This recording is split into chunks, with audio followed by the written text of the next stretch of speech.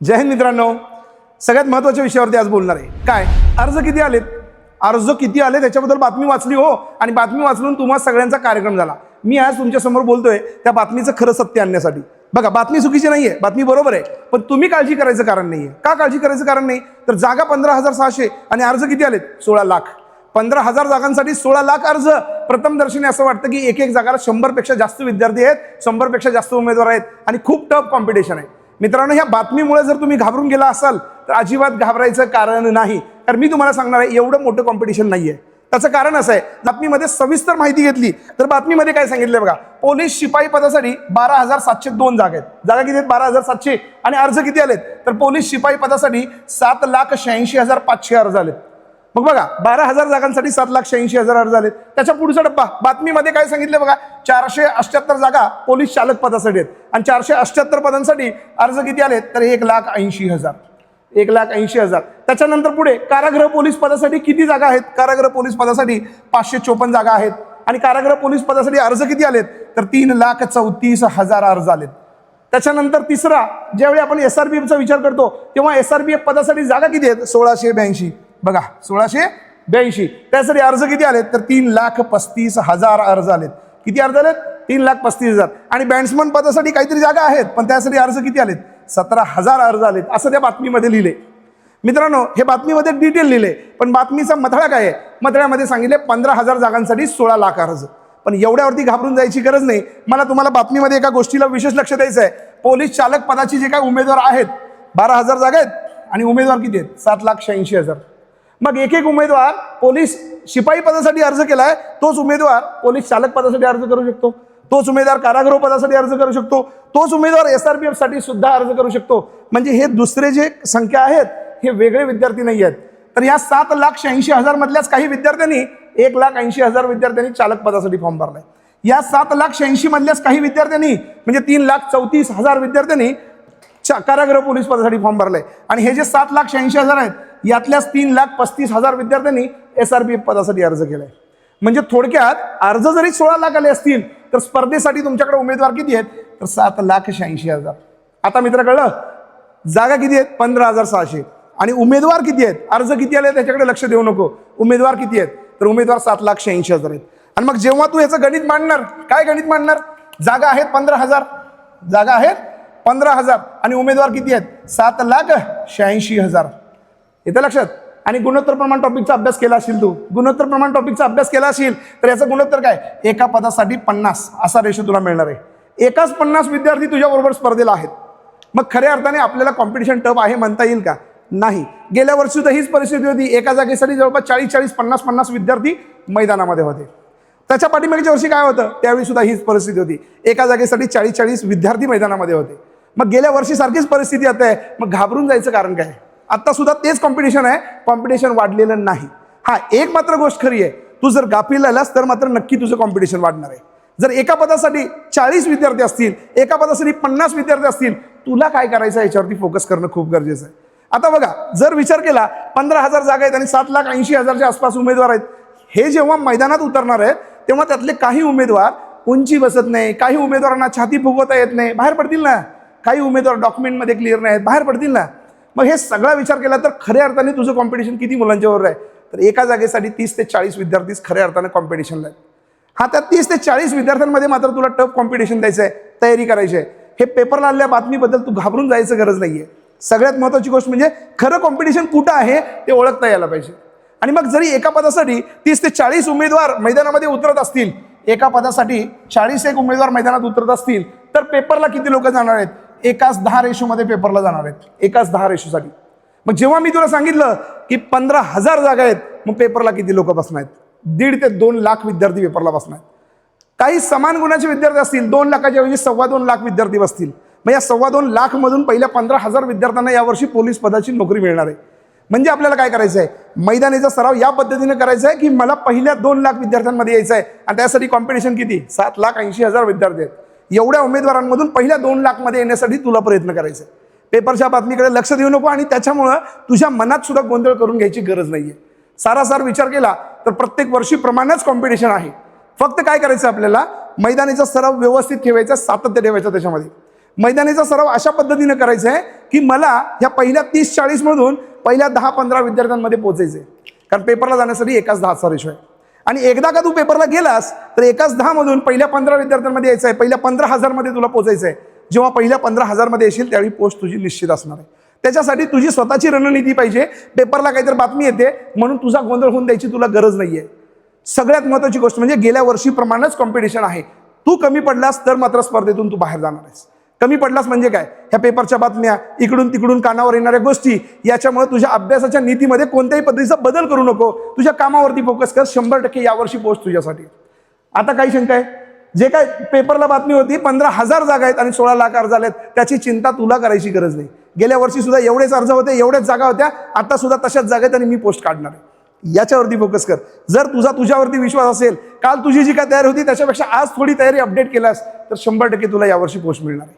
आता जाता जाता एक महत्त्वाची गोष्ट, काही दिवसांमध्ये किंवा ह्या 2-3 दिवसामध्ये तुम्हाला एक परिपत्रक पण बघायला मिळालं. काय होतं परिपत्रक? ही सध्या पोलीस भरतीची मैदानी चाचणी 20 जानेवारीपासून चालू होणार. मित्रा, परिपत्रक व्यवस्थित वाचला असेल तर तुझ्या लक्षात येईल. ते परिपत्रक होतं छत्रपती संभाजीनगरचं. आणि संभाजीनगरच्या पोलीस भरती प्रक्रियेमध्ये काय लिहिलं होतं तर 20 जानेवारीपासून, बघा तारीख लिहिली होती तिकडं, काय सांगितलं होतं, 20 जानेवारीपासून पोलीस भरतीची मैदानी प्रक्रिया चालू होण्याची शक्यता. आतापर्यंत खूप वेळा शक्यता यांनी वर्तवलेल्या आहेत आणि ते पूर्वतयारी करतायत. आपल्याला त्याची चिंता करायची गरज नाहीये. मी यापूर्वीच्या व्हिडिओमध्ये पण सांगितलंय, साधारणपणे पोलीस भरतीची मैदानी चाचणी फेब्रुवारीमध्ये चालू होऊ शकते. आता मी परत सांगतोय, फेब्रुवारीमध्येच फिजिकल चाचणी चालू होईल. हे 20 जानेवारीला चालू होणार आहे असं फक्त बोललं गेलंय किंवा शक्यता आहे, त्यांची पूर्वतयारी चालू आहे. याचा अर्थ 20 जानेवारीला फिजिकल चालू होणार नाही. त्याचं कारण काय आहे? त्याचं कारण सध्या महाराष्ट्रात जर विचार केला तर 29 महानगरपालिका आहेत. 29 महानगरपालिका. किती महानगरपालिका आहेत? 29. आणि यांच्या निवडणुका सुरू आहेत. या निवडणूक प्रक्रिया कधी संपणार आहे तर ही निवडणूक प्रक्रिया संपणार आहे 15 जानेवारीला. इथे लक्षात, 15 जानेवारी. बघा, ही निवडणूक यंत्रणा संपणार आहे कधी? 15 जानेवारीला. म्हणजे महानगरपालिकेचे जे नगरसेवक आहेत ते निवडून जातील कधीपर्यंत? 15 जानेवारीला.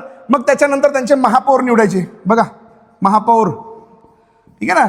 पंचायत अभ्यास केलास का? त्याच्यामध्ये आहे सगळं हे. नगरसेवकांची निवडणूक झाली की महापौर निवडला जातो. मग महापौर निवडीपर्यंत ही निवडणूक यंत्रणा अशीच चालू राहणार आहे. आणि मग हे जर 15, 16, 17 तारखेला झालं तर त्यानंतर 20 जानेवारीला जर तुमची मैदानी चालू करायचं म्हणलं तर पुरेसा वेळ नाहीये त्यांच्याकडे. बरं, हे सगळं मित्र ठीक आहे. महानगरपालिकेच्या निवडणुका इथंपर्यंत ओके आहे. पण महानगरपालिकेच्या निवडणुका झाल्यावरती काम संपत नाही. महानगरपालिकेच्या निवडणुका संपतात आणि त्याच्यानंतर अवघ्या 10 दिवसात, बघा, अवघ्या 10 दिवसात काय चालू होतं? जिल्हा परिषद. पंचायत राजचा अभ्यास केलास ना, त्याच्यामध्ये जिल्हा परिषद आहे. त्याच्यानंतर काय बघा, पंचायत समिती आहे का? पंचायत समिती. तर जिल्हा परिषद आणि पंचायत समितीच्या निवडणुकीचा कार्यक्रम चालू होणार आहे. आणि मग हा निवडणुकीचा कार्यक्रम चालू झाला तर पोलीस बांधव जे आहेत ते निवडणूक प्रक्रियेमध्ये बिझी राहतील. यंत्रणा पार पडायला पाहिजे व्यवस्थित, तिथं बंदोबस्त करायला पाहिजे. मग निवडणूक यंत्रणा पार पडेपर्यंत पोलीस भरतीला मुहूर्त लागणार नाही. मग जिल्हा परिषदची निवडणूक झाली, पंचायत समिती झाली, जिल्हा परिषद अध्यक्ष निवडायला पाहिजे, पंचायत समितीचा सभापती निवडायला पाहिजे. हा सगळा कालखंड विचारात घेतला तर जानेवारी 20ला फिजिकल चालू होत नसतं. यापूर्वी सुद्धा बोललोय, आता सुद्धा परत सांगतो, 20 जानेवारीला फिजिकल चालू होणार नाही. फक्त ती शक्यता वर्तवली आहे, त्यांची तयारी चालू आहे. तुझ्याकडे जेवढा वेळ आहे ना त्या वेळेचा पुरेपूर वापर कर. 20 जानेवारीला चालू होणार नाही, पण ह्याचा अर्थ असा नाही की कधीच नाही होणार. मित्रा, फेब्रुवारीमध्ये मात्र 100% फिजिकल चालू होणार. फेब्रुवारीमध्ये फिजिकल चालू होणार. आणि मग त्याच्यानंतर पुणे आणि मुंबई हे 2 महत्वाचे जिल्हे वगळता, जिथे जागा जास्त आहेत, अर्जसंख्या जास्त आहे, यांचा वगळता बाकीचे सगळ्या जिल्ह्यांचं जे काही मैदानी आहे ते फेब्रुवारीमध्ये संपून जाईल. जास्तीत जास्त एखादा महिन्याचा कालावधी. कुठलाही जिल्हा घ्या, प्रत्येक दिवशी किमान 500 ते 1000 विद्यार्थ्यांचं त्यांनी मैदानी पूर्ण करणार आहेत. 500 ते 1000 विद्यार्थ्यांचं मैदानी पूर्ण होणार. आणि मग दररोज 1000 म्हटलं तर यांचं मैदानी पूर्ण व्हायला किती वेळ लागेल? 20 ते 25 दिवसाचा कार्यक्रम आहे. समजते का मित्रा?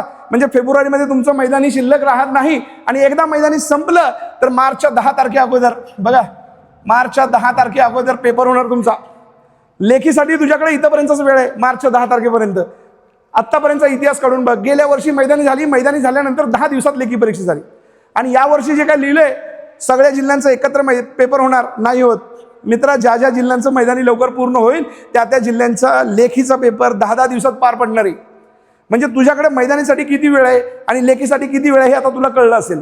आता मात्र मागे सरकून चालणार नाही, तयारी करायला पाहिजे. आणि आता तयारी नाही केलास तर या वर्षी भरतीतून बाहेर पडलास म्हणून लक्षात घ्यायचं.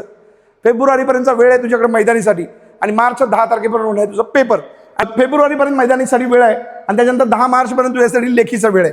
मग जर तुम्हाला फेब्रुवारीपर्यंतचा वेळ आहे, एवढ्या वेळेत जर मैदानीची तयारी करायची आहे तर कुठल्या गोष्टीवरती विशेष फोकस द्यायला पाहिजे? कुठल्या गोष्टीवरती? आता सराव करताना तू ग्राउंडवर जातोस आणि धपाधप 1600 किलोमीटर पळतोस.